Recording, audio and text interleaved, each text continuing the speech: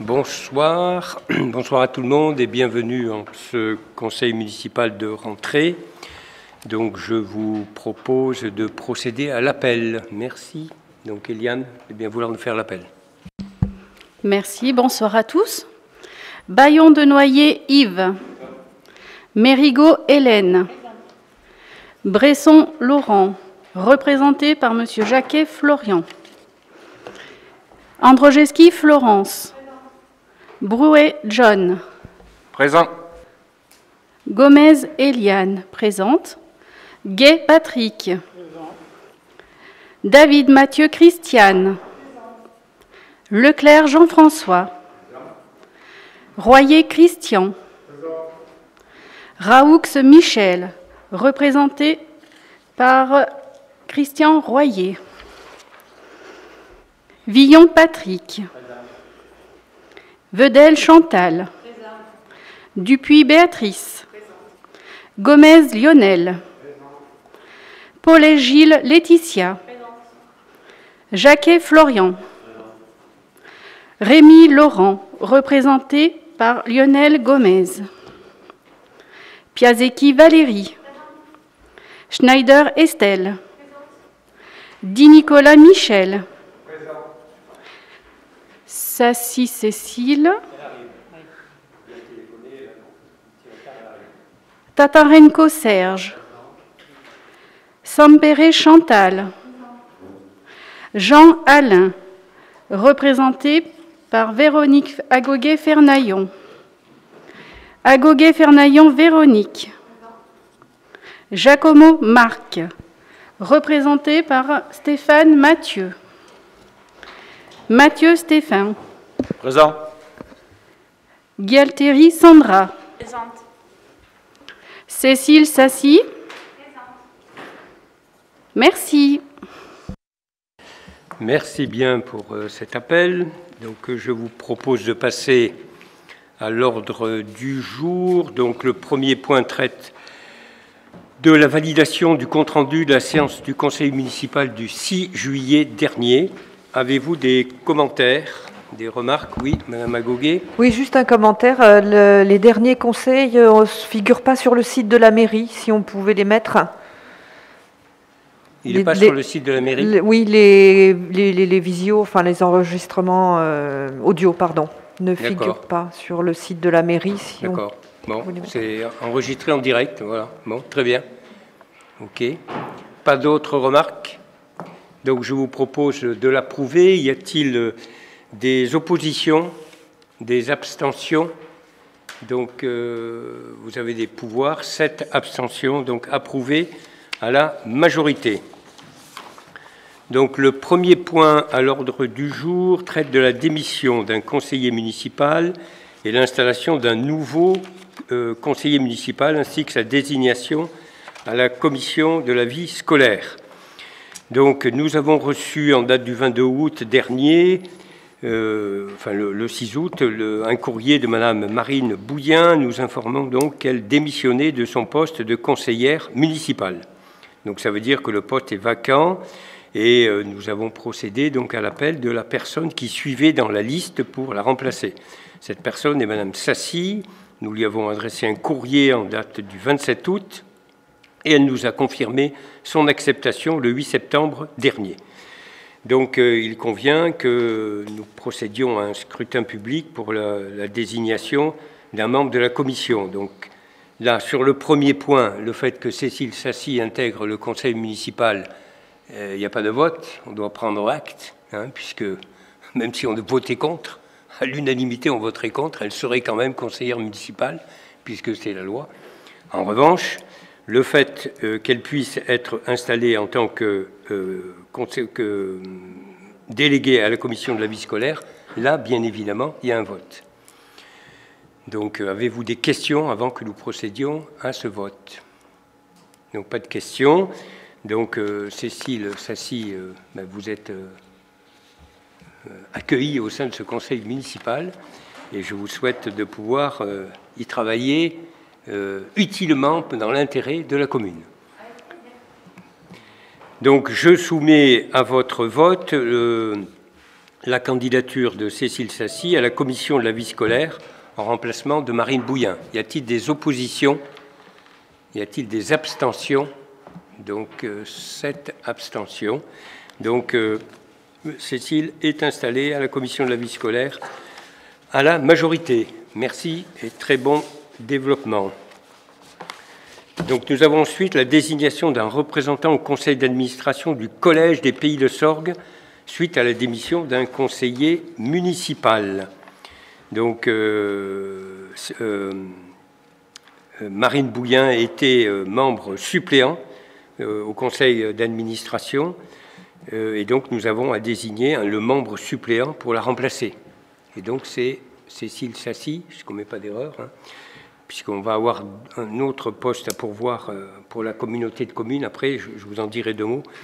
Donc, qui candidate en tant que membre suppléant. Y a-t-il d'autres candidatures? Madame Sampéré, oui. Vous êtes candidate? Oui. D'accord, pardon. Il n'y a pas d'autres candidatures? Donc, alors, est-ce que vous acceptez que nous votions à main levée? Vous voulez? Oui, pas d'opposition à ce qu'on vote à main levée? Très bien. Donc, quelles sont les personnes qui sont favorables à la désignation de Cécile Sassy comme membre suppléant au conseil d'administration du Collège du Pays des Sorgues? Donc, il y a une majorité. Voilà.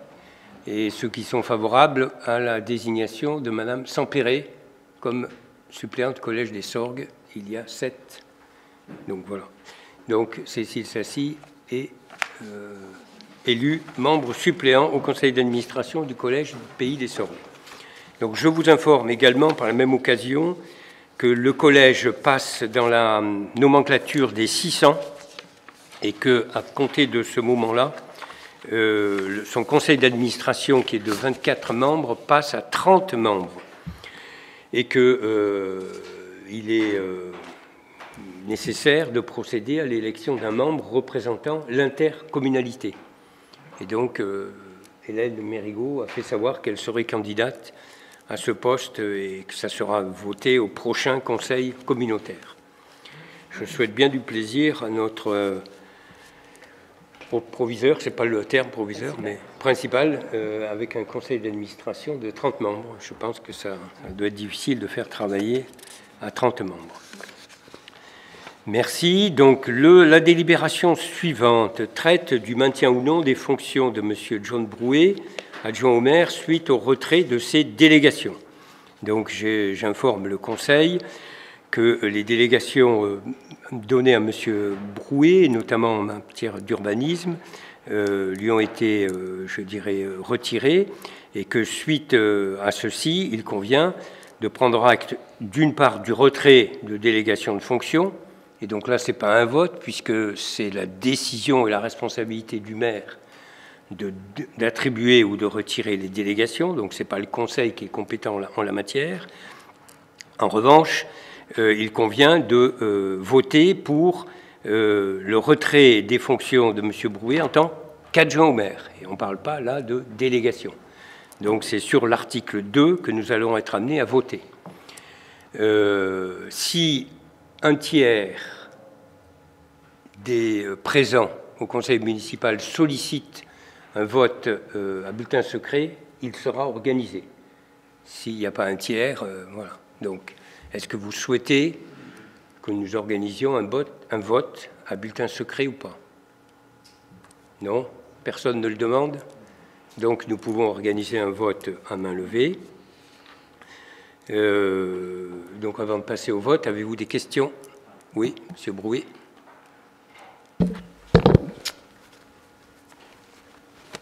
Oui, monsieur le maire, je prends acte de votre décision et je la respecte. Cependant, afin d'éviter toute rumeur et toute calomnie, je souhaite que vous exposiez en toute transparence et clairement et simplement les motifs légitimes fondant le retrait de mes délégations. Merci. Très bien, puisque c'est ta demande, bien évidemment, je peux le faire. Vous savez que nous sommes présentés au suffrage des taurois une liste apolitique, c'est-à-dire ne revendiquant n'indiquant pas d'appartenance à politique. Et l'ensemble des membres du groupe Agir pour le tort s'est engagé au respect de ceci. Bon, il se trouve que John Brouet, à un moment, a été amené à communiquer une proximité avec un parti politique, ce qui ne nous a pas convenu. Et je l'ai fait en remarque à John Brouet, mais qui souhaitait garder sa liberté, ce que je respecte. Mais dans ce cas-là, il ne peut pas continuer à avoir les délégations. Et c'est ce que nous nous sommes expliqués il y a une dizaine de jours. Donc voilà, c'est la seule raison qui a été amenée à retirer cette délégation d'adjoint. Merci. Donc je soumets donc au conseil municipal. Pardon, d'autres questions? Ah pardon, mais j'ai pas vu. Merci Monsieur le maire. Alors d'une part, je vous rappelle qu'une décision fondée sur un motif purement politique sera ainsi considérée devant le tribunal administratif comme entachée de détournement de pouvoir et entraînant l'illégalité de la décision. Et cette décision risquera fortement d'être annulée par les magistrats. De même, un retrait des délégations fondé sur des distensions mineures ou ponctuelles sera considéré comme entaché d'erreurs manifestes. D'autre part, la force d'une liste sans étiquette, pour ma part, c'est de faire travailler ensemble toutes les sensibilités, Monsieur le maire, pour le bien commun de la commune et des Taurois. Là, vous avez encore une fois craqué sous la pression de quelques personnes qui, à longueur de journée, défendent le vivre ensemble, la liberté d'expression, la démocratie. Vous avez une fois de plus confondu autorité et autoritarisme. Toute pensée politique doit se fonder sur une conception du monde, de l'homme, de l'histoire, de la société. Or, la connaissance morcelée, réductrice, de tous ces bien-pensants éduqués par BFM et autres, qui ont comme culture politique que celle des médias, les adeptes de la pensée unique, qui, dans l'anonymat, tirent à boulet rouge lorsqu'on heurte leur sensibilité, il est beau leur vivre ensemble. Donc, je me réserve le droit de porter votre décision devant le tribunal administratif ou simplement d'exercer ma fonction d'élu avec mes convictions gaullistes, d'homme de droite et de continuer à défendre les intérêts de la commune et des Taurois. Le tort, la France, c'est ma terre, celle qui me nourrit, celle que je protège. L'Europe est ma civilisation, le monde est mon horizon. Merci. Merci, je respecte votre déclaration et je n'y répondrai pas. Merci bien. Donc, je vous propose de voter, donc à main levée, qui est l'article 2, et je soumets au conseil municipal de décider de faire cesser les fonctions d'adjoint au maire de M. John Brouet. Donc, y a-t-il des oppositions, des abstentions, des oppositions? Y a-t-il des oppositions à cette décision? D'accord. Donc, 3 oppositions. Des abstentions? Donc, 4 abstentions, puisqu'il y a un pouvoir. Donc, adopté à la majorité. Je vous remercie. Donc, le point suivant traite de l'élection d'un nouvel adjoint suite au retrait de la délégation de M. John Brouet. Donc, considérant donc que pour assurer le bon fonctionnement, il est nécessaire de pourvoir au poste vacant et de prendre le 4e rang des adjoints au maire. Et là, nous devons procéder, c'est la loi, obligatoirement, à un vote à bulletin secret. Donc, nous aurons à désigner 2 scrutateurs. C'est nada, c'est ça? Un secrétaire, pardon, ou une secrétaire, et 2 scrutateurs. Donc, qui accepte de prendre le poste de secrétaire? Donc, Florence. Et scrutateur? Il faudrait qu'il y ait quelqu'un de l'opposition? Non? Pour les scrutateurs? C'est gratuit, hein? C'est pas payant, hein? N'ayez pas peur, hein? Donc, Mme Sampéré, merci. Et un autre? Donc, Eliane. Très bien.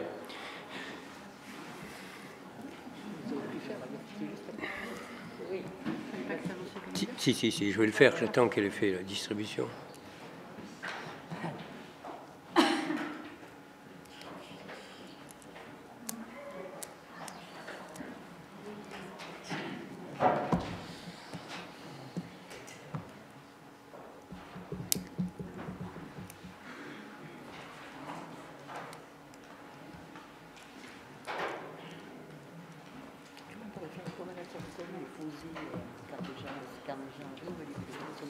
Oui, oh, ça anime un peu. Ouais.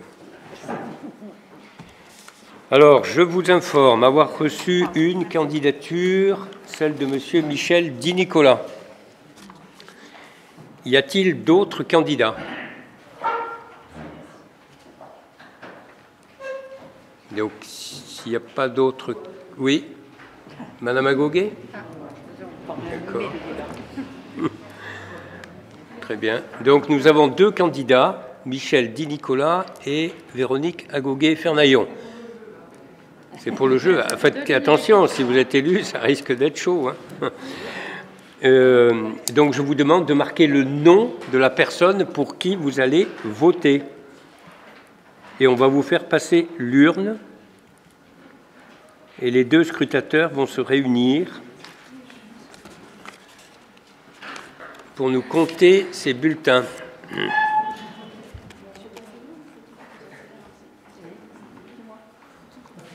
On fait passer l'urne? Oui, les gens se lèvent. On fait passer l'urne. C'est Nada, courageuse.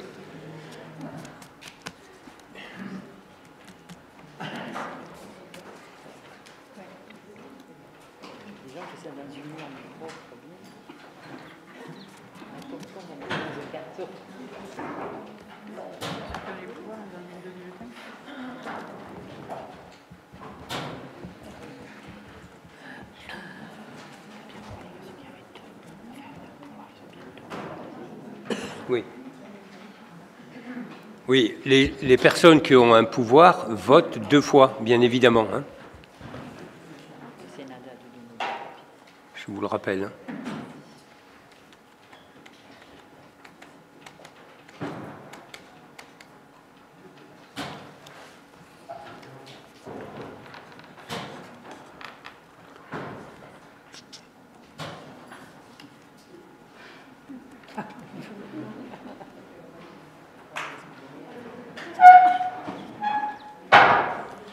Merci, Madame Rachex.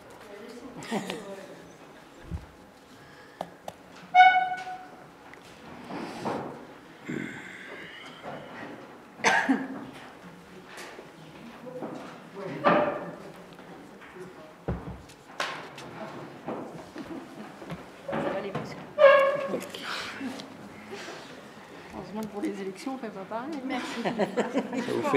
Ça vous fait la gymnastique.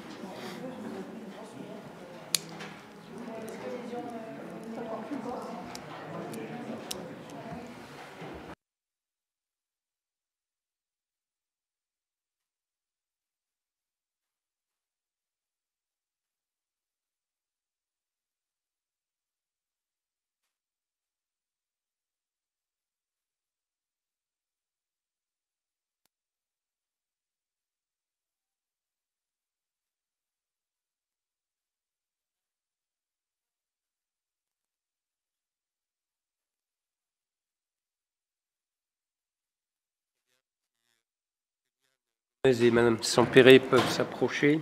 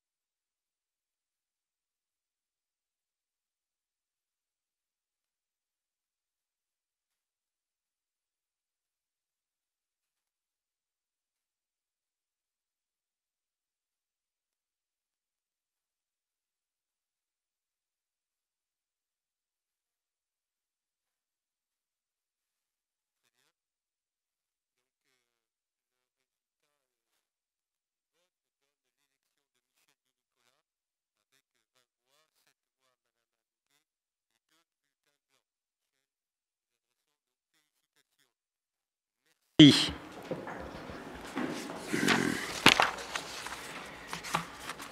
Donc nous passons à la délibération suivante qui traite de la limitation de l'exonération des taxes foncières pour les propriétés bâties.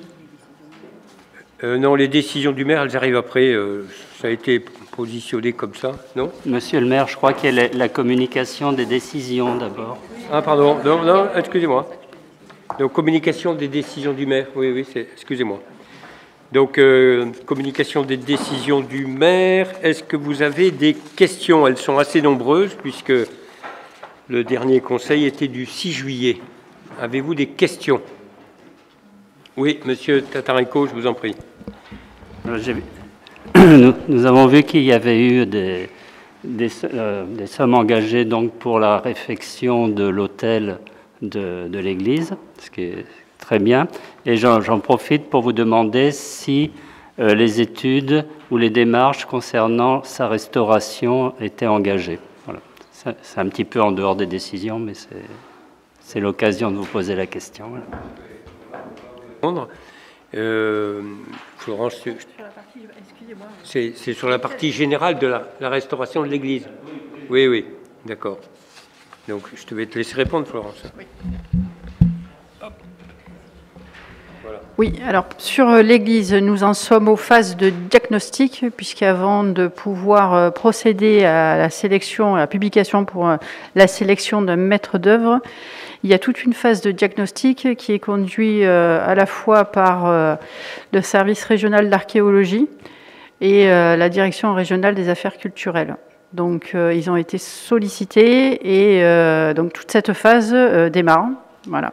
En ce moment, on n'a pas encore la désignation. On sait quel service va être désigné pour faire le diagnostic archéologique, qu'il soit en profondeur ou en élévation, mais on n'a pas reçu la décision officielle. Voilà. Donc toute cette phase se fait là. Et ensuite, c'est le choix de la maîtrise d'œuvre avec le bouclage du projet scientifique, puisque c'est un projet scientifique sur une église classée, et ensuite la publication des marchés. Voilà. Merci Florence. Y a-t-il d'autres questions sur les décisions du maire? Oui. Oui, monsieur le maire. Sandra Galtieri. Il faut lever la main. Oui, merci. Oui, je levais la main. Du coup, je rebondis un petit peu sur les avenants de travaux concernant la maison des médecins. Mais je souhaite évoquer le fonctionnement de cette maison qui a été mise en service le 6 septembre. La promesse de la mairie, c'était 4 médecins généralistes, une sage-femme et un soin d'urgence.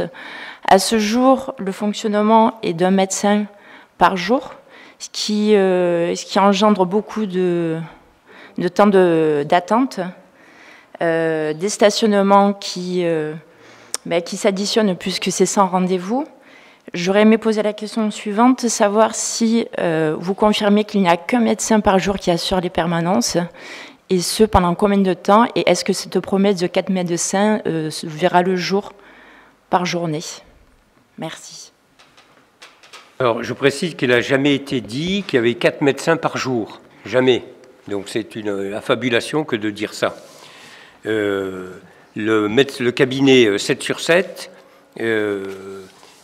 fournit un médecin et en fonction du nombre de personnes qui viennent consulter, et à partir d'un certain nombre, qui est un nombre d'environ de 65, il remet un second médecin. Donc l'amplitude horaire est de 9h du matin à 22h le soir, tous les jours, du lundi au dimanche. Et donc, ça serait aberrant d'avoir ne serait-ce que 2 médecins ou 3 médecins le matin, et qu'il n'y ait aucun patient qui vienne consulter l'après-midi ou en soirée.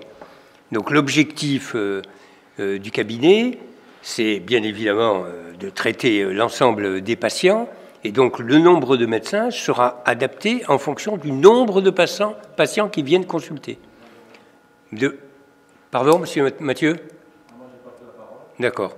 Bon, en revanche, c'est vrai que pour le lancement de la maison des médecins, il faut se mettre en route et chacun des médecins, il doit prendre un certain rythme, etc.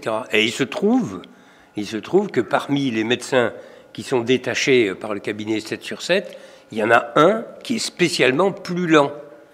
Bon, et qui accepte, lorsque les gens arrivent en disant « Écoutez, docteur, j'arrive, je vous amène mon dossier vieux de 25 ans, avec une pile de papier, est-ce que vous pouvez le prendre ?»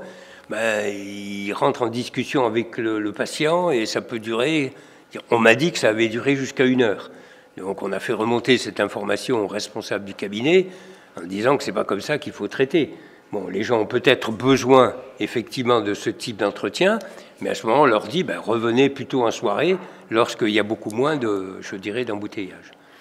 Bon, les informations que je peux vous donner, c'est que la première semaine, il y a eu environ 500 patients qui ont consulté. La deuxième semaine, c'est monté à 600. Que dimanche, le premier dimanche d'ouverture, il y a eu 32 patients qui ont consulté, ce qui est un chiffre extrêmement important pour un dimanche et en première ouverture. Donc voilà. Après, il y a eu un certain nombre de petits dysfonctionnements qui étaient dus au fait que la sage-femme, elle reçoit sur rendez-vous. Et donc, il y a des gens qui sont arrivés, ils ont pris le ticket dans la file d'attente. Bon, ça a un peu perturbé les choses, donc il fallait que la sage-femme informe bien ses patientes qu'elle les recevait sur rendez-vous à une heure précise et qu'ils n'avaient pas besoin de, je dirais, de file d'attente. Mais je pense que cette semaine, qui est la 3e semaine, les choses sont en train de se réguler petit à petit, comme tout type d'ouverture. Voilà, et donc quand on arrivera à des nombres qui effectivement pourront être de 70 ou 80 ou plus, peut-être 120 patients, il y aura 2 médecins qui consulteront en même temps pour éviter les engorgements. Mais il faut aussi que les taurois prennent l'habitude de venir consulter au moment où ils voient, puisqu'ils peuvent le voir uniquement par un coup de téléphone, le nombre de personnes qui sont en salle d'attente. C'est extrêmement simple à vérifier. Ils appellent, on leur dit il y a 3 personnes en salle d'attente, ou il y en a 15. Donc une fois qu'ils auront pris ce rythme, cette habitude, je pense que les choses pourront se réguler beaucoup mieux. Voilà. Oui. Je voulais juste dire, ce n'était pas des affabulations. Vous nous avez promis 4 médecins pendant les vœux, quand vous avez... On n'a jamais dit, madame. Écoutez, non, mais je voudrais... La vérité est têtue. Non, mais l'organisation... J'ai jamais dit qu'il y aurait 4 médecins en même temps. Oui, voilà. C'est pas vrai, ça. Et le problème, c'est que beaucoup de gens ont compris la même chose que nous. Enfin, je veux dire, mais enfin, beaucoup de taurois. Donc, les gens peuvent être déçus quand même. Alors, on va voir comment ça se passe au niveau de la... non, mais écoutez, parce que vous avez traité quand même Sandra de menteuse, donc je voulais quand même relever qu'il y a beaucoup de taurois qui avaient compris qu'effectivement, vous aviez pléthore de médecins qui voulaient venir, donc c'est pas une affabulation. Les gens l'ont compris comme ça, monsieur le maire. Maintenant, on verra l'organisation et comment ça va se dérouler, mais effectivement, comprenez que les gens peuvent être un peu déçus. Bon, écoutez, je vous laisse l'entière liberté de vos propos qui sont complètement erronés. Je tiens à le préciser. On n'a jamais dit qu'il y avait pléthore de médecins qui venaient venir au tort. Pour une fois qu'on a pu régler une difficulté avec le corps médical et avec la satisfaction de quelque chose qui fonctionne dans des lieux qui sont, je pense, superbement adaptés, et le nombre de satisfactions qu'on nous retourne, on peut peut-être se faire un peu plaisir. Voilà. Là n'est pas la question. Vous traitez juste Madame Gattieri de menteuse, c'est tout. Voilà. C'est pas la vérité. Je suis navré. Je n'ai jamais dit qu'on aurait 4 médecins en permanence. C'est pas la vérité. Voilà. Donc, et ça, je tiens mordicus. Monsieur le maire, je souhaite rebondir sur les propos des échanges. Oui, je vais bien rebondir. La communication a été à grand renfort de dire que effectivement cette maison des médecins allait recevoir 4 médecins. Il n'a jamais été dit que ces médecins tourneraient et qu'il n'y aurait qu'un médecin par jour. Aujourd'hui, nous sommes les porte-parole aussi des taurois et des tauroises. On n'est pas là pour pointer du doigt et dire des choses qui ne vous conviennent pas. C'est que je pense qu'il y a une communication qui n'a pas été comprise, alors auquel cas il faudrait communiquer qu'il n'y a qu'un médecin. Quand on voit les commentaires sur les réseaux sociaux, on voit bien que les gens ont patienté 2 à 4 heures pour avoir rencontré le médecin, c'est factuel, ce sont des faits. Donc peut-être qu'il faudrait recommuniquer sur le fonctionnement. Ce fonctionnement, bien sûr, est amené à évoluer de par la fréquentation des tauroies. Mais voilà, soyons clairs sur cette communication qui aujourd'hui crée des désagréments aussi, mais aussi répond à des attentes. Donc allons dans un sens positif pour tout le monde. Merci. Sur les temps d'attente, je vous ai donné une explication. Alors, je ne vais pas la reprendre. Hein. Donc, il y a eu un médecin qui n'était pas au rendez-vous de la vitesse d'exécution et qui, voilà, bon, je vous ai expliqué le problème des dossiers. Ça a duré 2 lundis. Bon, ceci est aujourd'hui résolu. Voilà. Et je pense pouvoir dire que le cabinet fonctionne très bien.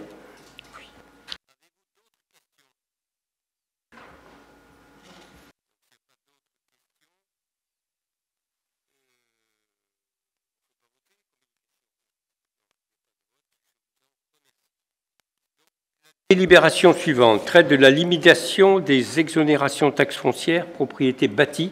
Donc c'est Patrick qui a la parole. Merci Patrick. Bonsoir à tous. Donc nous commençons par un rappel historique. Avant 2020, les constructions nouvelles étaient exonérées de droits de taxes foncières les 2 premières années, aussi bien pour la part communale que pour la part départementale. Les communes avaient alors la possibilité, par délibération, de supprimer cette exonération. Cette possibilité de suppression n'était pas possible pour le département, en revanche. La commune du Thor n'avait pas pris de délibération en ce sens. Or, maintenant, de nouvelles dispositions liées à la suppression des taxes d'habitation sont apparues. Et la loi de finances pour 2020 a prévu de nouveaux dispositifs d'exonération qui rendent caduques toutes les délibérations prises avant le 1er janvier 2021 et impliquent donc que le conseil municipal délibère à ce sujet avant le 1er octobre 2021 pour une application en 2022 aux constructions nouvelles et achevées au cours de l'année 2021. C'est donc ce que nous faisons aujourd'hui. Pour les communes, l'exonération de la taxe foncière est désormais modulable. Elle peut varier entre 40 à 90% de la base imposable. Elle ne concerne que les constructions à usage d'habitation et peut s'appliquer sur toute ou partie des immeubles concernés en fonction de leur financement, avec ou sans prêt de l'État. Bon, le texte que vous avez sous les yeux vous donne le détail du texte du Code général des impôts. Et je termine par le fait que le CGI, le Code général des impôts, précise que pour les constructions nouvelles, autres que celles d'usage d'habitation, elles sont exonérées de la taxe foncière sur les propriétés bâties à hauteur de 40% durant les 2 années qui suivent leur achèvement, sans possibilité pour la commune de déroger à cette disposition. Donc, nous avons fait une simulation pour appuyer notre proposition de décision. Sur la base des taxes foncières pour 2020, il y a 54 locaux qui sont exonérés de droits communs pour addition de la construction et 76 locaux pour construction nouvelle. La base imposable sujette à exonération est de 124 068 €. Le taux de la commune de taxe foncière est de 40,13%, 25% pour la part de la commune, plus 15,13% la part du département. Donc s'il n'y avait pas d'exonération, la taxe rapporterait 49 788 €. Si la commune fixe un taux à 90%, celle qui correspond au maximum de l'exonération, le produit attendu serait abaissé à 4 978 €. Si la commune fixe un taux à 40%, le produit attendu serait de 29 873 €, soit 20 000 € de moins qu'en cas d'absence d'exonération. Donc la décision que vous avez proposée tient compte de ces considérations d'un point de vue budgétaire et financier. La décision proposée comprend 3 aspects. Le champ d'application concerne sans discrimination tous les immeubles qui bénéficient de prêts de l'État ou non. Elle concerne les constructions à usage d'habitation, bien sûr. Et troisièmement, une limitation de l'exonération à 40% de la base imposable, en s'alignant sur les dispositions législatives relatives aux constructions autres que celles à usage d'habitation, comme je l'ai dit en rappelant le Code général des impôts en son article précis. Voilà, merci. Je vous prie de bien vouloir en délibérer. Merci Patrick. Y a-t-il des questions? Oui, monsieur Tatarenko. Voilà, donc si j'ai bien compris, nous avons la possibilité de moduler l'exonération de taxes foncières pendant 2 ans sur les nouvelles constructions à usage d'habitation, entre 40% et 90%. Le choix proposé est de 40%. Le produit espéré par la commune, donc comme le disait M. Gay, est d'environ 30 000 euros pour un taux de 40%, au lieu de 5 000 euros si on retenait 90%. Donc ceci, quand même, il faut le comparer aux 5,1 millions d'euros de produits des taxes d'habitation et taxes foncières de la commune et aux millions d'euros que représentent les différents investissements en cours et à venir sur cette commune. Donc il est bien évident que ce choix ne changera pas la face du monde. Par contre, nous pensons que l'exonération créée dans le but de favoriser les constructions neuves, son origine est là, participe du bon accueil des nouveaux arrivants qui construisent sur la commune, et cela nous semble important. C'est aussi une petite aide pour ceux qui souhaitent améliorer ou agrandir leur habitat. Aussi, nous voterons contre cette délibération avec 40% et nous proposons que le taux maximum de 90% soit retenu à la place. D'accord, je vous remercie. Y a-t-il d'autres interventions? Donc, je vous propose de passer au vote. Et après en avoir délibéré, décider de limiter l'exonération de 2 ans de la taxe foncière sur les propriétés bâties en faveur des constructions nouvelles, addition de construction, reconstruction et conversion de bâtiments ruraux en logements à 40% de la base imposable et en ce qui concerne tous les immeubles à usage d'habitation. Cette disposition sera applicable à compter du 1er janvier 2022 et charge le maire de notifier cette décision aux services préfectoraux. Donc, y a-t-il des oppositions? Donc, 7 oppositions. Donc, des abstentions. Donc, adopté à la majorité. Je vous en remercie. La délibération suivante traite du Centre communal d'action sociale et d'une subvention exceptionnelle d'équilibre 2021. Hélène Mérigot a la parole. Merci. Merci. Bonsoir à tous. La commune attribue chaque année au Centre communal d'action sociale une subvention d'équilibre permettant à celle-ci d'exercer ses compétences. En 2021, la subvention de fonctionnement accordée est de 300 000 euros et est inscrite au budget primitif de la commune. Cette subvention est versée chaque mois afin de sécuriser la trésorerie du CCAS. Depuis le changement de prestataire pour la télégestion des services d'aide à domicile par le conseil départemental, un retard de facturation de 3 mois des prestations réalisées dans le cadre de l'APA est constaté, soit un montant total de près de 50 000 euros. Aussi, afin d'assurer la trésorerie du CCAS jusqu'à la fin de l'année, il est proposé d'attribuer au CCAS une subvention exceptionnelle de 50 000 euros. Il s'agit bien sûr d'un montant maximum. Le CCAS est en mesure de ne pas appeler la totalité du versement si le conseil départemental accélère un petit peu ses prestations. Ainsi, je vous propose d'attribuer une subvention exceptionnelle de 50 000 euros au CCAS qui sera imputée sur le chapitre 65, autres charges de gestion courante, article 657-362, subvention de fonctionnement aux organismes publics CCAS. Je vous prie de bien vouloir en délibérer. Merci. Y a-t-il des questions? Oui, monsieur Tatarenko. Simplement une remarque. Nous avons fait déjà remarquer plusieurs fois que la subvention au CCAS était insuffisante. Alors l'année dernière, il y avait une autre raison pour donner à nouveau 50 000 euros à la fin de l'année. Et cette fois, c'est la même chose. Il manque 50 000 euros. Il y a toujours une bonne raison, c'est vrai. Mais ça montre bien que la subvention est insuffisante. Elle n'est pas insuffisante, puisque c'est une subvention d'équilibre. Mais chaque fois, je le redis, et le département a été victime de hackers, et son système a complètement disjoncté sur le mois de juillet et le mois d'août. Bon, Oui, donc quoi, ils ont mis un non-paiement auprès de tous les organismes qui ont eu exactement les mêmes problèmes que nous. Hein. Voilà. Bon, y a-t-il d'autres questions?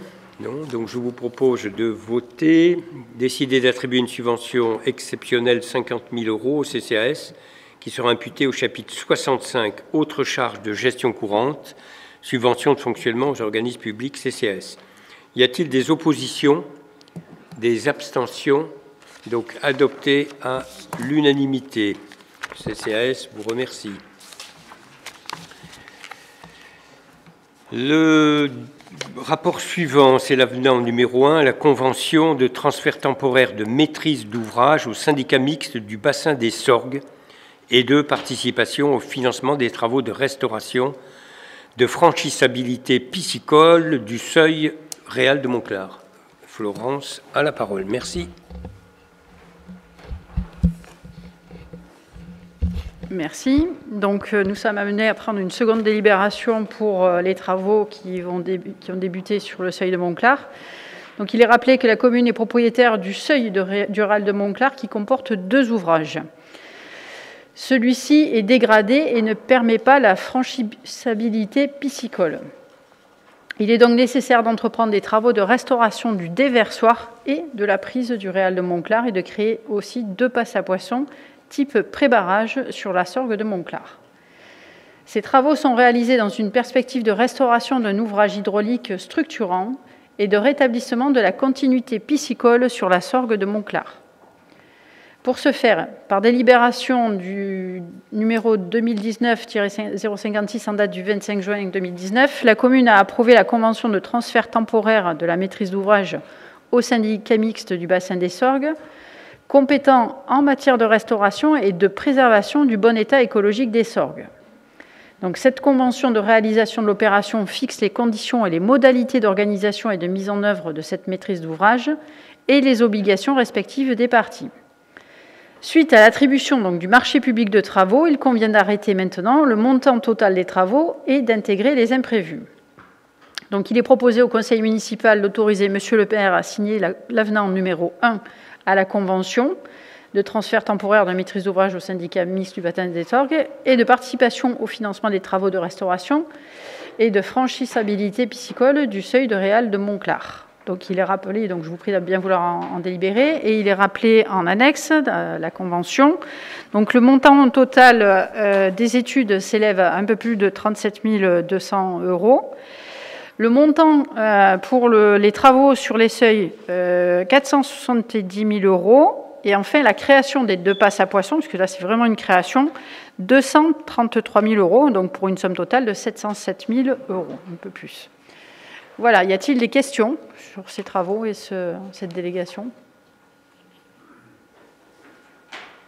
Bon, je vous passe la parole à la maire. S'il n'y a pas de questions, je vous propose d'en délibérer, d'approuver l'avenant numéro 1 à la convention de transfert temporaire de maîtrise d'ouvrage au syndicat mixte du bassin des Sorgues et de participation au financement des travaux de restauration et de franchissabilité piscicole du seuil de réal de Montclar, qui est joint en annexe de la délibération, et d'autoriser le maire à signer cet avenant, ainsi que les pièces nécessaires à cette opération. Y a-t-il des oppositions, des abstentions? Donc approuvé à l'unanimité. Je vous remercie.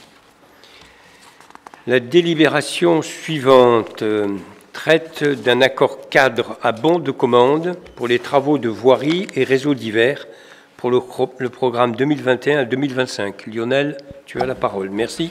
Merci, Monsieur le maire. Mesdames et Messieurs, bonsoir.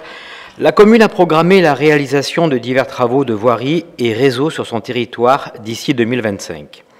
Compte tenu de la nature de la diversité et de l'importance des besoins, il a été décidé de relancer un accord cadre à bon de commande d'une durée de 4 ans, avec un montant minimum de commande de 1 200 000 hors taxes et un maximum de 1 950 000 toujours hors taxes, pour la durée du marché, conformément aux dispositions des articles du Code de la commande publique. La consultation a été menée sous forme de la procédure adaptée, ouverte conformément aux dispositions du Code de la commande publique. Les prestations sont traitées à prix unitaire. Les prix unitaires du bordereau de prix sont appliqués aux quantités réellement exécutées. L'ensemble des offres a été ouvert en commission des marchés, puis confié au service assurant la maîtrise d'œuvre en interne pour la commune afin de l'analyser. Après avoir entendu le rapport d'analyse des offres, la commission a proposé d'attribuer l'accord cadre sur la base des accords initiaux sans mener de négociations et de retenir le candidat Eurovia Languedoc-Roussillon, agence secteur d'Avignon, domicilié 430 allée de la Chartreuse à Montfavet. Afin de lancer le démarrage des travaux, il convient d'autoriser Monsieur le maire à signer les marchés correspondant à toutes les pièces y afférentes. Je vous prie de bien en délibérer. Merci Lionel. Y a-t-il des questions? S'il n'y a pas de questions, je vous propose d'attribuer l'accord cadre bon de commande d'une durée de 4 ans pour les travaux de voirie et réseaux divers, programme 2021-2025, à l'entreprise Eurovia Languedoc-Roussillon, l'agence d'Avignon. Le montant de l'accord, c'est un minimum de commande d'1 200 000 hors taxes et maximum d'1 950 000 hors taxes. Ces montants s'entendent bien sûr pour la durée totale du marché 2021-2025. Les prestations, il est précisé, sont traitées à prix unitaire et donc d'autoriser le maire à signer le marché correspondant. Y a-t-il des oppositions, des abstentions? Donc, 1, 2, 3, 4 abstentions. Donc, adopté à la majorité. Je vous remercie. La délibération suivante, je demande à Estelle Schneider de bien vouloir quitter la salle puisqu'elle est concernée. Il s'agit de la cession d'une partie de la parcelle cadastrée AC 1021, place Alphonse Bégou, et cette cession, cette parcelle qui nous appartient, à Madame Schneider et Monsieur Bonnet. Donc, Christian Royer, veux-tu bien présenter ce rapport? Merci. Bonsoir. Dans le cadre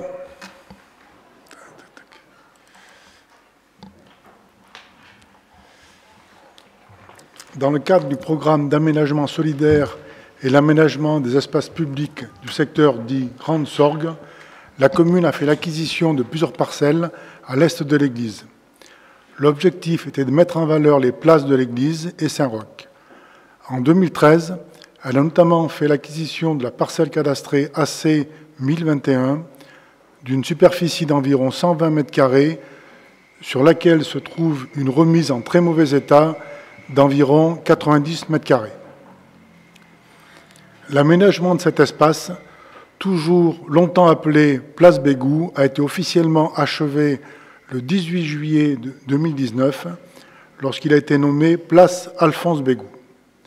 Aujourd'hui, sur la parcelle AC 1021, se situe une ancienne remise en très mauvais état et qui n'a pas pu être démolie afin d'agrandir la place.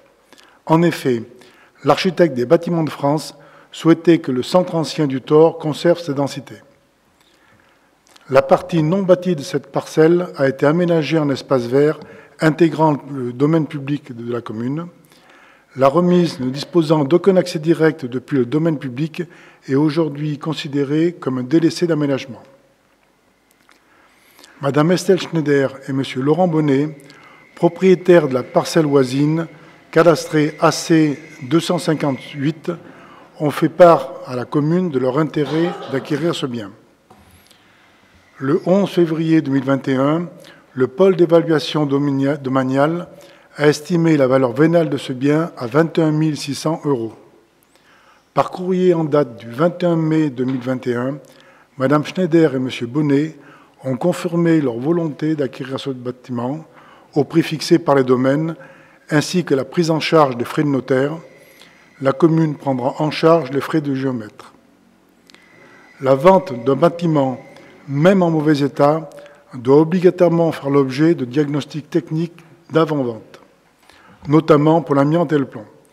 Aussi, les frais liés à cette intervention seront à la charge de la commune. À titre indicatif, ils sont montés à 384 €. Il convient que le conseil municipal se prononce sur cette acquisition et autorise Monsieur le maire ou Monsieur l'adjoint délégué aux affaires foncières assigner l'ensemble des pièces nécessaires à cette opération. Je vous prie de bien vouloir en délibérer. Merci Christian. Y a-t-il des questions? Madame Hoguet. Oui, d'après mes investigations, il n'y a pas eu d'avis de l'architecte des bâtiments de France depuis Giraud, depuis le mandat de M. Giraud.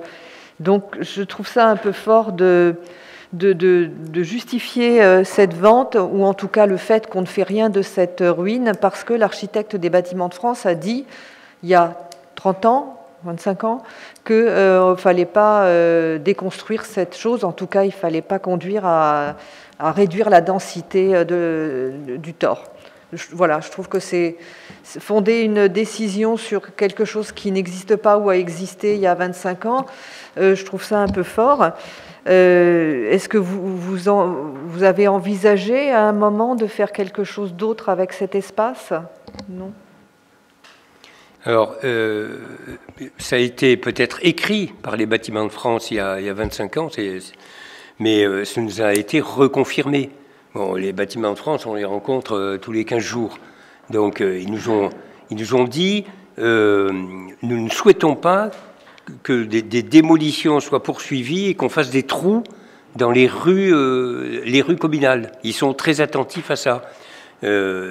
Cette place, qui est baptisée aujourd'hui place Bégou, a une certaine harmonie, et donc le fait de démolir cet espace créerait effectivement un trou qui romprait, je dirais, une certaine unité.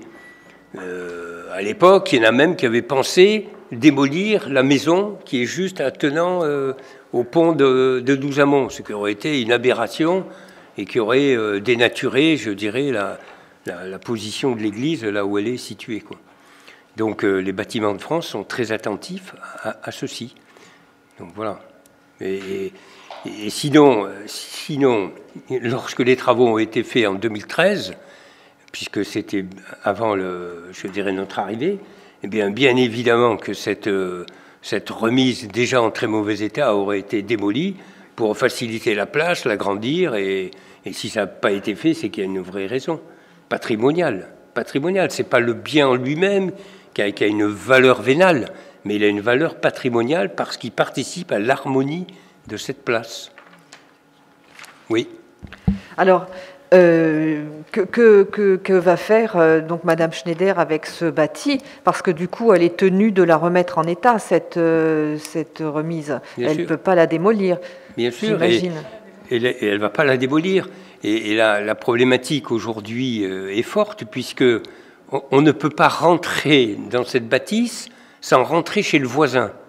Il faut rentrer chez le voisin, monter au premier étage, rentrer dans un studio qu'il a aménagé, prendre une échelle pour aller dans cette bâtisse. Puisque aujourd'hui, elle est complètement aveugle, on ne peut pas rentrer dans cette bâtisse à partir de la place. Donc bon, ça a été signé à l'époque. J'ai regardé les actes, c'est une aberration notariale, hein, de signer l'acquisition d'une maison dans laquelle vous ne pouvez pas rentrer. C'est un truc, je ne sais pas s'il y en a beaucoup d'exemples au monde comme ça. Hein. Bon. Alors on a la chance que le voisin a accepté, je dirais, ces visites. Hein, et... Bon, mais si c'était opposé, parce qu'il peut dire, moi je ne veux pas qu'on rentre chez moi, point barre. Voilà, ça veut dire que personne ne pouvait rentrer là-dedans, y compris pour faire l'audit amiante. Je ne sais pas comment on aurait fait, on aurait parachuté quelqu'un en hélicoptère ou bon. Bon voilà. Oui. Oui. Est-ce que les autres voisins ont été prévenus de cette vente pour qu'eux puissent aussi se positionner sur une éventuelle acquisition? Ah ben le voisin concerné immédiat, hein, donc bien évidemment, puisque chaque fois qu'on a voulu y aller, il fallait lui solliciter et il savait bien pourquoi, je dirais, cette opération. Et donc il nous a informé, d'ailleurs moi j'envisage de mettre en vente, et il a mis en vente sa maison depuis, hein, bon voilà. Donc, et le nouvel acquéreur de la maison du voisin, est-ce que lui, il a été informé que cette Ah mais c'est pas vendu encore, hein, donc il a mis en vente, il a peut-être trouvé je dirais un candidat, c'est fort possible, mais la vente n'a pas été réalisée. Et donc au moment où on a passé cet accord, acheteur de la maison de M. Ruiz n'avait été désigné. Hein. Voilà. Ça pose quand même problème sur... Oui, ça fait 3 ans que c'était en vente.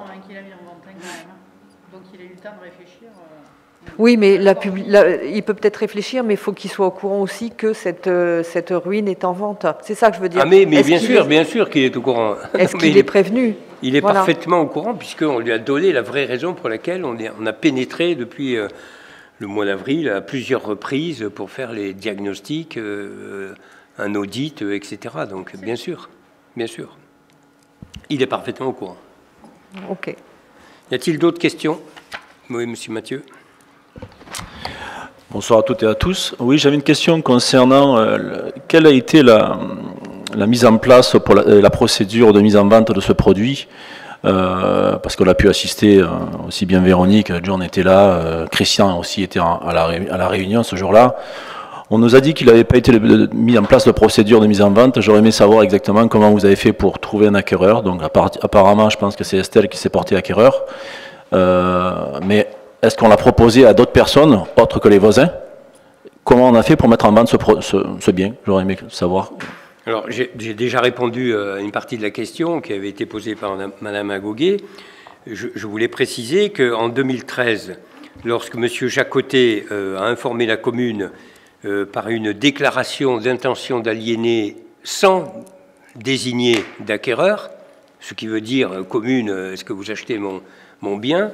Donc la commune s'est portée, je dirais, favorable à cette acquisition. Et à ce moment-là, Estelle Schneider a rencontré l'adjoint à l'urbanisme de l'époque pour l'informer qu'elle avait un intérêt à acheter ce bien, en expliquant exactement ce qu'elle nous a expliqué, quoi. Et après réflexion, il a été répondu que non, on ne lui vendait pas, que c'est la commune qui souhaitait l'acquérir. Bon, ben voilà. Et puis la commune, depuis 2013, n'en a rien fait. Hein, parce que on ne peut rien en faire, puisqu'aujourd'hui on n'a pas d'accès, que d'abord il n'y a pas de connexion à l'eau, il n'y a pas de connexion à l'EDF, il n'y a pas de connexion à l'assainissement. Donc si on se lançait dans des travaux de restructuration pour en faire un immeuble indépendant, enfin un appartement indépendant, ça coûterait absolument une fortune. Et puis on n'a pas d'accès, ce qui est une aberration, mais c'est comme ça, ça a été acquis comme ça. Et donc voilà. Et donc Estelle Schneider a reconfirmé ce qu'elle avait dit en 2013, qu'elle était tout à fait candidate à l'acquisition de ce bien qui lui permettait d'agrandir par rapport à chez elle. Hein. Voilà. Et donc le voisin immédiat, qui est M. Ruiz, n'a pas manifesté d'intention d'acquérir. Monsieur le maire, merci pour l'historique, mais la question n'est pas là. J'aimerais que vous me répondiez, savoir exactement si la mise en vente a été prononcée quelque part. Apparemment, il n'y a que Estelle qui s'est proposée pour acheter, mais il n'y a pas eu d'annonce, donc vous ne m'avez pas répondu. Ah, mais on ne fait, lorsque la commune passe un accord avec quelqu'un, on ne fait jamais d'annonce en disant à votre bon cœur, monsieur, dame, ça ne se fait jamais. Hein, non, donc, je parle de la vente du bien, je ne parle pas de l'annonce concernant la vente, je parle de l'annonce du bien avant que Estelle se prononce. Ah non, mais oui. Bah, ce qui serait intéressant aussi, c'est que là, je ne vous vois pas depuis le début du conseil, vous êtes caché derrière votre écran. Ah, il y a un écran, oui. C'est pas très agréable pour celui qui est en face, quoi. Moi, je vous vois, monsieur Mathieu. Oui, quand vous levez la tête, oui. Donc, oui, ce que disait de façon juste Florence, aller mettre en vente un bien en disant, écoutez, c'est sans accès, voilà, je pense qu'on peut tout tenter dans la vie, hein, mais ça, c'est plus que le saut périlleux arrière, quoi. Je vais reposer ma question, monsieur le maire. Est-ce qu'il y a une annonce qui a été passée concernant cette vente? Voilà. Non. Voilà, je voulais besoin d'une réponse, c'est tout. Une réponse, c'est non, effectivement. Donc, en fait, une personne s'est proposée, elle fait partie du conseil municipal, et on a accepté. Voilà, tout simplement. C'est tout ce que je voulais savoir. Mais merci. Votre conclusion est trop rapide, puisqu'il y a eu des contacts avec d'autres personnes qui auraient pu être intéressées et qui ne l'ont pas été. Voilà. Donc ne me faites pas dire ce que je n'ai pas dit, parce que je vois très bien sur quel terrain vous voulez glisser. Depuis tout à l'heure, vous tournez autour du pot, vous ne répondez pas, donc je vous repose la question plusieurs fois. J'ai répondu très clairement à Mme Agoguet, je vous ai répondu clairement. Non, c'est pas clair, vous avez fait parler que de l'historique, c'est tout. Vous n'avez pas répondu à la question. Les écoutilles un peu fermées. Donc voilà, y a-t-il d'autres questions? Donc je vous propose de voter de décider de céder une remise d'environ 90 mètres carrés située sur la parcelle cadastrée section AC 1021, ne disposant d'aucun accès direct depuis le domaine public, à Mme Estelle Schneider et M. Laurent Bonnet, propriétaires de la parcelle voisine, pour la somme de 21 600 €. Dit que Mme Schneider et M. Bonnet prendront en charge les frais de notaire liés à cette cession. Dit que la commune prendra en charge les frais liés à la réalisation des diagnostics techniques avant vente et les frais de géomètre. Et d'autoriser le maire ou l'adjoint délégué aux affaires foncières de signer les documents. Y a-t-il des oppositions? Donc 3 oppositions, des abstentions, donc 4 abstentions, adoptées à la majorité. Merci bien. On a Estelle. Donc le rapport suivant traite des récompenses aux élèves de CM2, passage au collège. Donc Hélène Mérigot a la parole. Merci. Oui, vous allez dire que c'est du réchauffé, hein, parce qu'il y a longtemps que les récompenses ont été données, on en avait déjà parlé. Donc, comme il est de tradition, nous avons fait en fin d'année la remise des récompenses aux élèves de CM2 qui passent au collège. Cette année, au lieu de donner l'éternel dictionnaire, il a été décidé de leur remettre un roman et une calculatrice pour un montant d'environ 20 € par élève. Cette dépense sera imputée au compte 6 714 bourses et prix. C'est simplement une régularisation du Trésor public qui, pour les dictionnaires, n'avait pas besoin de décision du conseil municipal, mais s'agissant d'une calculette, a besoin d'une décision du conseil municipal. Voilà, donc c'est un rattrapage. Je vous prie de bien vouloir en délibérer. Bon, je ne pense pas qu'il y ait de questions particulières. Merci. Donc, je vous soumets à votre vote la décision de confirmer l'achat d'un roman et d'une calculatrice pour chacun des 109 élèves de CM2 admis à passer en classe de 6e. Y a-t-il des oppositions, des abstentions? Donc merci, voté à l'unanimité. Rémunération des heures effectuées par les enseignants dans le cadre des études surveillées. Donc Hélène, tu as la parole. Merci. Dans le cadre de la réforme des rythmes scolaires et de l'organisation d'études surveillées au sein des établissements scolaires de la commune, il est fait recours au recrutement d'intervenants pour l'animation de ces temps d'activité périscolaire. Cette activité est principalement assurée par certains enseignants, fonctionnaires de l'éducation nationale, dans le cadre de la réglementation des cumuls d'activités qui permet aux fonctionnaires d'exercer une activité accessoire d'intérêt général auprès d'une personne publique, à condition d'y être autorisé par son employeur principal. Pour la rémunération, une réglementation spécifique fixée par le décret 66-787 du 14 octobre 66 et la note de service du ministère de l'Éducation nationale du 26 juillet 2010 précise les montants plafonds de rémunération des heures effectuées dans ce cadre, montants différents selon que l'activité relève de l'enseignement ou de la simple surveillance et selon le grade détenu par les intéressés dans leur emploi principal. Donc vous avez un petit tableau récapitulatif. Donc les heures d'études surveillées s'étagent de 20,03 l'heure à 24,57 pour les professeurs des écoles hors classe et les heures de surveillance de 10,68 à 13,11. D'autre part, conformément aux dispositions régissant le régime spécial de sécurité sociale des fonctionnaires, la rémunération afférente à cette activité accessoire est soumise aux seules cotisations suivantes: CSG, CRDS et, le cas échéant, 1% solidarité et RAFP. Je vous prie de bien vouloir en délibérer. Merci. Y a-t-il des questions sur cette délibération qui est annuelle? Pas de questions. Donc je vous propose d'autoriser le maire à recruter des fonctionnaires du ministère de l'Éducation nationale pour assurer des tâches d'animation pendant les temps d'activité périscolaire. Deuxièmement, que les intervenants seront rémunérés sur la base d'une indemnité horaire fixée par la note de service du ministère de l'Éducation nationale, dont les montants sont précisés dans le tableau, et dit que les crédits nécessaires sont bien inscrits au budget. Y a-t-il des oppositions, des abstentions? Donc adopté à l'unanimité. Je vous remercie. Le rapport suivant traite de l'activité loisir du Bourdis, l'espace jeunesse, avec la création de postes d'animateurs. Eliane, merci. Donc, comme chaque année, il est nécessaire de créer des postes qui seront à pourvoir afin de permettre l'accueil des enfants au centre de loisirs Le Bourdis et à l'espace jeunesse City View pendant les vacances scolaires de l'année 2021-2022. De même, un renfort occasionnel en personnel peut s'avérer nécessaire les mercredis, les fins de semaine ou lors d'activités ponctuelles, en fonction du nombre d'enfants ou des jeunes inscrits dans ces structures. Ils ont donc vocation à être pourvus par du personnel non titulaire, recruté pour une durée maximale de 12 mois par période de 18 mois consécutifs. Le mode de rémunération fixé en fonction du diplôme du personnel recruté et pour ses missions occasionnelles hors vacances scolaires, mercredis, périscolaires, etc. Donc vous avez tout un laïus concernant ces postes et la rémunération. Je vous prie de bien vouloir en délibérer. Merci bien.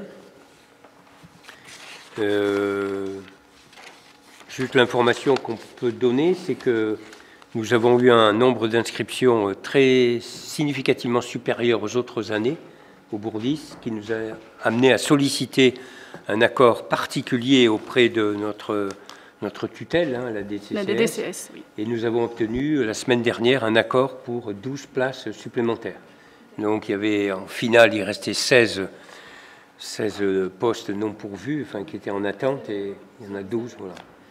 Donc il faut savoir que c'est compliqué parce que des parents inscrivent leurs enfants et puis ils ne viennent pas les amener.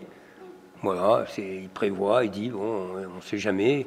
Donc moyennant quoi, on arrive à des taux 130, 140 inscriptions. Et puis les premiers jours, il y en a 10 qui manquent, il y en a 15 qui manquent. Et les parents ont dit, bon non, on a trouvé une solution ailleurs. Voilà, donc c'est quand même très difficile à gérer. Bon, tout à fait, des moments dans des délais vraiment, des moments où on n'est pas averti, ou alors dans des délais vraiment restreints, voilà. Ce qui fait qu'on est vite limité pour avertir les parents par la suite. Donc c'est difficile, et puis il y en a qui sont en liste d'attente et qui mériteraient de pouvoir être traités alors qu'ils ont de vraies difficultés, quoi. Voilà. Avez-vous des questions à poser sur la délibération? S'il n'y a pas de questions, je vous propose donc d'en délibérer et de décider la création de postes d'animateurs non titulaires afin de faire face à un accroissement temporaire. Le nombre, c'est 8 animateurs ou d'aides animateurs et un poste d'animateur non titulaire à l'espace jeunesse City View. Voilà, donc on prévoit de fixer donc les rémunérations et sont prévus dans l'article 3 les différents postes en fonction des vacances d'automne, d'hiver, de printemps et d'été. Donc voilà, et bien évidemment, on dit que les crédits nécessaires sont inscrits au budget 2021 et seront inscrits au budget de l'exercice 2022. Donc je soumets ça à votre approbation. Y a-t-il des oppositions, des abstentions? Donc adopté à l'unanimité. Le point suivant, c'est l'adoption du règlement du budget participatif. Donc Florian Jacquet, tu as la parole. Merci. Merci Monsieur le maire, chers collègues. On avait échangé ici même il y a quelques mois sur la mise en place du budget participatif. Et aujourd'hui, il est proposé d'adopter le règlement de ce même budget, le règlement de fonctionnement. Et c'est peut-être l'occasion de faire un point un petit peu sur le projet. Comme vous le savez, un comité des projets a été constitué à l'automne dernier. Il s'est réuni depuis à 4 reprises. Et notamment, il a permis de préciser les critères d'éligibilité qui figurent dans ce règlement de fonctionnement. Et il a été décidé par ce comité d'élargir la possibilité d'être porteur de projet jusqu'à l'âge de 12 ans, en fait, jusqu'à l'entrée en 6e. L'idée étant, pour ce projet qui est un projet de participation citoyenne, d'élargir et d'appeler, y compris les non-citoyens, puisque pas encore majeurs, à participer. Entre le mois de janvier et le mois d'avril dernier, les porteurs ont déposé leur projet. On a eu la bonne surprise de constater qu'il y avait un nombre important de projets, puisqu'il y a eu 34 projets qui ont été déposés dans le cadre du budget participatif. L'ensemble de ces projets ont été présentés au comité des projets qui, comme vous le savez, a arbitré sur l'éligibilité de ceux-ci au regard des critères et notamment au critère important qui est le critère d'être inscrit sur le budget d'investissement et non pas de fonctionnement de la commune. Et donc sur les 34 projets, 24 ont pu passer cette première étape d'éligibilité avant depuis donc le mois de mai dernier, faire l'objet d'une étude approfondie de la part des services municipaux sous les angles juridiques et financiers notamment, de manière à pouvoir, avec les porteurs, parce que chacun a été reçu à minima une fois au sein des services en la présence d'élus lorsque c'était nécessaire, afin d'affiner les projets avec les porteurs et de pouvoir avancer avec ceux-ci. Donc sur les 24 projets, aujourd'hui, et enfin demain, il sera proposé 18 projets au vote des Taurois. 18 parce que certains ont été regroupés, parce que de même nature. Je pense notamment à 2 porteurs qui avaient pour idée de mettre en place des composteurs collectifs. On leur a proposé de faire de ces 2 projets un seul. C'était plus cohérent et plus logique. Et puis, il y a 2 ou 3 projets qui manifestement dépassaient un des critères qui était un investissement maximal de 50 000 € et ils n'ont donc pas pu être retenus.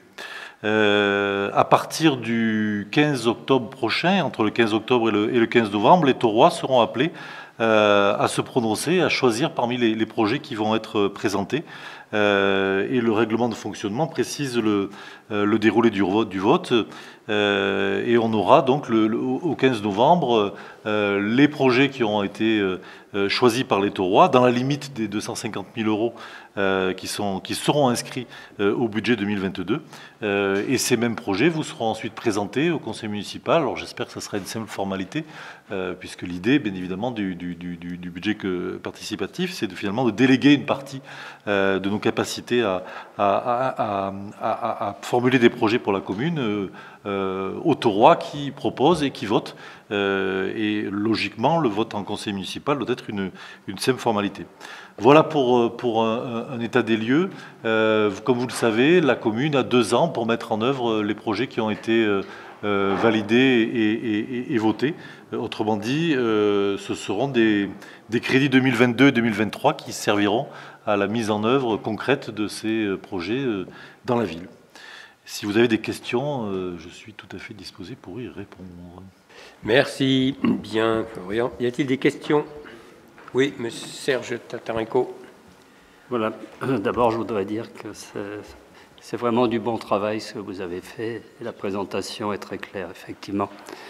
La question que je voulais poser, c'était sur la promotion des projets. Là, on arrive à cette étape-là. Et je voulais savoir sous quelle forme vous envisagez cette promotion. Est-ce qu'il y aura une journée de présentation par chacun des porteurs, par exemple, qui permettrait à un maximum de gens, effectivement, d'être contactés et puis de donner leur opinion, de se préparer au vote aussi? Ou est-ce que chaque porteur de projet va aller voir ses voisins, sa famille, ou les petits camarades? Voilà. Moi, il me semble que la journée de présentation ou une soirée de présentation, plusieurs, ce serait la meilleure solution. Alors, pour répondre à votre question, ce qui est décidé à date, c'est qu'un tiré à part du journal municipal va être diffusé dans l'ensemble des boîtes aux lettres des Taurois pour présenter les 18 projets. Avec une fiche précise pour chacun d'entre eux, présenter le porteur, présenter l'idée du projet, présenter son budget, de manière à ce qu'il y ait une information la plus large possible. Parallèlement, on a mis en place un site internet spécifique qui lui aussi va présenter projet par projet les différentes propositions. On avait imaginé initialement, et peut-être qu'on le mettra en place, d'organiser une réunion publique au cours de laquelle chacun aurait pu présenter son projet. Alors, étant donné qu'il y en a 18, il va falloir qu'on soit un peu concis, parce que ça risque sinon de durer très longtemps. Aujourd'hui, difficile de répondre à cette question-là au regard des contraintes sanitaires actuelles. Réunir des centaines de personnes dans la salle des fêtes, c'est pas forcément d'actualité, mais on ne s'interdit pas effectivement d'imaginer d'autres types de capacités de communication et de promotion pour les porteurs. Mais déjà, dans toutes les boîtes aux lettres de la ville, chacun des taurois, ce sera un tiré à part, c'est-à-dire que ça sera à part du magazine, ça sera donné avec, mais à part, ce qui permettra à chacun de se plonger dedans. C'est déjà un process d'information qui est assez ambitieux. Mais pour le reste, voilà, en fonction des possibilités qui nous seront offertes, notamment par rapport aux contraintes sanitaires, on imaginera des process complémentaires. Y a-t-il d'autres questions? S'il n'y a pas d'autres questions, je vous propose donc d'approuver le règlement du budget participatif qui reprend les modalités de participation des taurois en tant que porteurs de projet, les modalités de vote pour choisir le ou les projets qui seront financés par la commune et d'autoriser le maire à signer les documents afférents. Donc, y a-t-il des oppositions, des abstentions? Donc, approuvé à l'unanimité. Merci. Le dossier suivant, Valérie Piasecki, l'attribution de subventions d'action aux associations tauroises dans le domaine du sport. Merci Valérie. Oui, merci. Bonsoir à toutes et à tous. Donc, dans le cadre de l'attribution des aides financières aux associations, il est question de délibérer sur 2 actions menées par la foulée du Chasselas. Donc, ces projets, donc, je le rappelle, s'intègrent complètement dans la labellisation Terre de Jeux que notre commune a obtenue en novembre 2020. Et c'est notamment sur cette base qu'ils ont été étudiés. Il s'agit dans un premier temps d'une subvention de 1 500 € pour l'aide à la réalisation d'une version inédite de la foulée du Chasselas qui a eu lieu en virtuel entre le 27 février et le 21 mars 2021. Donc plus de 300 participants ont marché ou couru les 10 km qui étaient balisés sur notre commune. Les dirigeants de la foulée ont été même surpris et ravis de cette réussite. Donc ça, c'est pour la première subvention. Le second projet, toujours aussi solidaire, comme vous le savez, la foulée fait systématiquement profiter des associations qui défendent des causes nationales, et là aussi complètement innovant. Donc la foulée du Chasselas sera représentée par sa présidente sur un trek 100% féminin et 100% responsable dans le désert marocain. C'est une course qui s'inspire du rallye des gazelles, mais qui s'effectue à pied. Les walkeuses, donc les marcheuses, vont effectuer des courses d'orientation pendant 4 jours avec recherche de balises sans aucune aide technologique, mais simplement une boussole, une carte, un compas et un rapporteur breton pour tracer son chemin. Chaque balise pointée rapporte 5 € au secours populaire. Il faut savoir que le trekking gazelle est le seul trek féminin au monde à avoir obtenu une labellisation environnementale. Sachez aussi que chacun peut devenir acteur de cette aventure en étant partenaire alors financier ou matériel ou de notoriété. Il suffit de contacter les représentants de la foulée du Chasselas. Pour participer au trek, le montant des frais engagés par l'équipe du Thor est de 4 140 € et le montant de la subvention action demandée à la commune par l'association est de 400 €. Je vous prie de bien vouloir en délibérer. Merci de cette présentation. Y a-t-il des questions? Oui, Madame Agoguet. Oui, juste une précision, mais je pense que c'est l'association qui a demandé la subvention à chaque fois, parce que c'est bizarre, la première est moins chère que la deuxième, la première action, et le montant est beaucoup plus important sur la première action que sur la deuxième. Donc je m'étonnais des montants demandés. Pourquoi Alors effectivement, en fait, l'association ne demande que 400 € sur la deuxième action, parce que lorsque j'ai rencontré donc la présidente de la foulée du Chasselas, il faut savoir qu'elle avait déjà obtenu beaucoup de sponsors et de soutien financier de la part de personnes comme vous et moi qui peuvent l'aider justement à monter ce projet-là. Et quand elle est venue nous trouver, elle n'a demandé que 400 € à la commune. Ah, donc c'est son choix et c'est sa volonté. Et je trouve que c'est tout à fait louable. Voilà. Merci. Merci bien. Pas d'autres questions. Donc je vous propose d'en délibérer, d'attribuer une subvention de 1 500 € à l'association Foulée du Chasselas pour l'organisation de la course virtuelle de mars 21 et d'attribuer et à la même association un montant de 400 € pour l'opération Trek in Gazelle organisée du 6 au 11 novembre prochain. Donc y a-t-il des oppositions, des abstentions? Donc adopté à l'unanimité et bon vent à nos gazelles. Bon. La dernière délibération traite de la convention annuelle avec l'association Ambiance Tauroise. Donc, Eliane, tu as la parole. Merci. Donc, la commune a inscrit au titre de ses objectifs une dynamique d'animation de la ville impulsée en lien avec les taurois, les associations locales et le tourisme. L'association Ambiance Tauroise, comité des fêtes du Thor, participe à cet objectif et répond aux critères de l'intérêt général et local. Cette année, en raison des conditions sanitaires liées à la Covid, le thé dansant n'a pu être réalisé dans la salle des fêtes. À la reprise des événements au mois de juin, l'Ambiance Tauroise, en accord avec la mairie, a fait le choix d'animations musicales professionnelles de qualité pour relancer les festivités sur notre ville. C'est ainsi que les taurois ont pu se retrouver autour de la fête de la musique, la fête nationale et l'inauguration de la rue de la République et des soirées musicales maintenues le 13, 14 et le 15 août. Au vu de ces éléments, et afin de compléter l'aide financière à l'association pour réaliser les animations liées aux fêtes de fin d'année, la commune propose la mise en place d'une nouvelle convention pour l'année 2021, afin de satisfaire aux obligations légales. Elle précise les relations en termes de financement et de moyens matériels.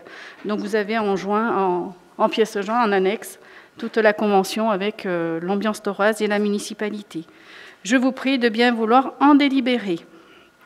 Merci Eliane. Y a-t-il des questions? Oui. Oui, Madame Agoguet. Je voulais savoir si ce montant donc de la convention, qui est le même, reconduit chaque année, si on ajoutait en plus les 14 824 et les 8 000 qui ont été attribués dans les délibérations des mois précédents. Tout à fait. Là, c'est le complément pour avoir les 27 000 initiales. Donc au total, c'est 27 000 plus 8 000 plus 14 000 ? Non. Au global, c'est les 27 648 €. Alors, j'ai une autre question. Quelle est la réalité des montants qui sont versés à l'association? Parce qu'il y a eu des opérations, des animations qui ont été annulées, d'autres qui ont été remises. Je pense, par exemple, la fête votive qui a été annulée. Vous avez mis des soirées musicales. Alors, la fête votive a peut-être été annulée, mais pas les soirées que Ambiance Tauroise a effectuées. Donc ça, non, ça n'a rien à voir. Il faut vraiment dissocier les deux. Ce que je veux dire, c'est quels sont les montants réels versés à Ambiance Tauroise chaque année? Est-ce que c'est bien les 27 648? Ils dépensent Oui, tout à fait, oui. D'accord, c'est parce qu'il y a eu des choses qui ne se sont pas passées, parce qu'il y avait le Covid l'année dernière, par exemple. Enfin, cette année, il y a eu d'autres choses. Le festival de la Sorgue était prévu l'année dernière, bon, il n'y était pas cette année. Voilà, donc je voulais savoir quelle était la réalité des montants versés en 2020, par exemple, où il y a eu pas mal de choses annulées. Et voilà. En 2020, c'est vrai qu'ils n'ont pas eu la subvention complète, ce qui était tout à fait normal, étant donné justement par rapport à ce que vous dites, la Covid. Par contre, cette année, par rapport aux activités, c'est vrai que une activité comme le thé d'enfant n'avait pas été effectuée. Par contre, ils ont pris, par rapport à la fête de la musique, ils ont pris une gamme au-dessus. Maintenant, ils ont préféré mettre plutôt de qualitatif que du quantitatif. Donc c'est pour ça que la subvention va être versée globalement, parce que ça équivaut, les dépenses s'équivaut. Et le festival de la Sorgue, qui sont subventionnés par l'intercommunalité. Oui. Tout à fait. Oui, mais tous les ans, il y avait une subvention pour le festival de la Sorgue. Il y avait quelque chose comme 2 000 € sur les 2 000 autres € que cette année, on n'a pas versé parce que, voilà.